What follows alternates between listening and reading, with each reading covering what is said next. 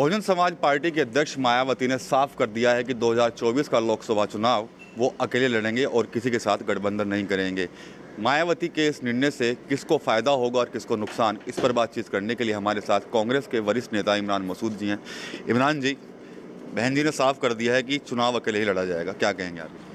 देखिए, बहन जी का एजेंडा पहले तो हमें लगता था बाहर रह करके हम जो बोलते थे वो लगता था कि शायद हो सकता है इसमें कोई गुंजाइश हो, अंदर जा करके बहुत सारी चीज़ें देखने को मिली।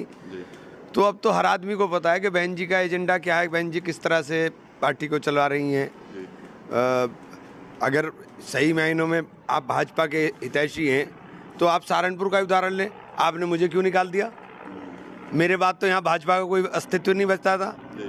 तो बहन जी का एजेंडा बिल्कुल क्लियर है। बहन जी का मतलब मेरे को निकालने पर जब मुझे निकाला पार्टी से, तब मुझे महसूस हुआ कि यार ये तो वाकई पूरी तरह से भारतीय जनता पार्टी को वॉक ओवर देने के लिए राजनीति कर रही है, अपनी पार्टी बचाने की भी राजनीति नहीं कर रही। कम से कम अपनी पार्टी तो बचाएं, वो मिशन मूवमेंट तो बचाएं जिस मिशन मूवमेंट के लिए काशीराम जी ने मेहनत कर करके इस मिशन मूवमेंट को खड़ा किया, और बहन जी ने पूरी जवानी पूरी ज़िंदगी कुर्बान कर करके जिस घर को आपने बचाया बनाया, उस आशियाने को आप अपना आप उजाड़ने के ऊपर लगे हो। सहारनपुर के बाद मुझे ऐसा बिल्कुल महसूस हुआ, क्योंकि सहारनपुर का समीकरण बसपा में जाने के बाद मेरे बिल्कुल क्लियर था, और बसपा से अब निकलने के बाद सहारनपुर के अंदर स्थिति है कि बसपा फाइट में भी नहीं आएगी। आप अकेले लड़ें या अकेले लड़ें, आप फाइट में भी नहीं आएंगे। तो आप केवल भारतीय जनता पार्टी को जिताने में सहायक बनने के अलावा कुछ नहीं हो सकते। सर, अभी 5 राज्यों के नतीजे आ रहे हैं परसों। कांग्रेस की तेलंगाना में भी दिखाई है काफ़ी अच्छी बढ़त पड़ी, लेकिन जो सिर्फ मुस्लिम इलाकों तक ही वहाँ पर सीमित रही है। तो क्या लगता है आपको कि क्या अपने दम पर कुछ कर पाएंगे या नहीं कर पाएंगे आगे भी?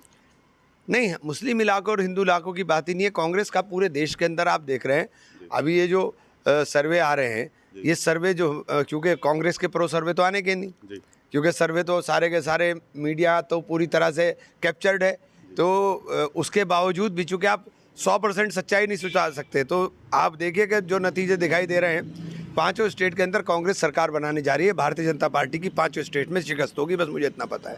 सर, उत्तर प्रदेश में इंडिया गठबंधन कितना कारगर रहने वाला है? क्योंकि समाजवादी पार्टी भी अलग बात करती है, कांग्रेस भी अलग बात करती है, तो ऐसे में मुस्लिम मतदाता बहुत कंफ्यूज हैं। तो क्या आप लोग फॉर्मूला अपनाएंगे जो मुसलमान जो वोटर है वो आप लोगों की तरफ आकर्षित हो? देखिए, कोई कन्फ्यूज़न नहीं है, ये टोटली परसेप्शन का खेल है, और परसेप्शन बिल्कुल क्लियर है देश के अंदर कि भारतीय जनता पार्टी के साथ राहुल गांधी के अलावा कोई मजबूती के साथ नहीं लड़ सकता।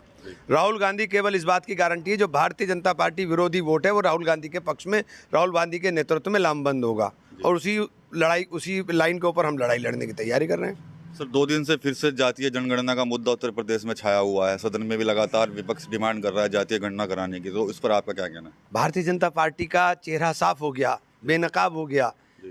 हम जातीयगत जनगणना नहीं कराएंगे। क्यों नहीं कराएंगे? क्योंकि ओबीसी को ये पता ना चल जाए कि तुम्हारी हैसियत क्या है।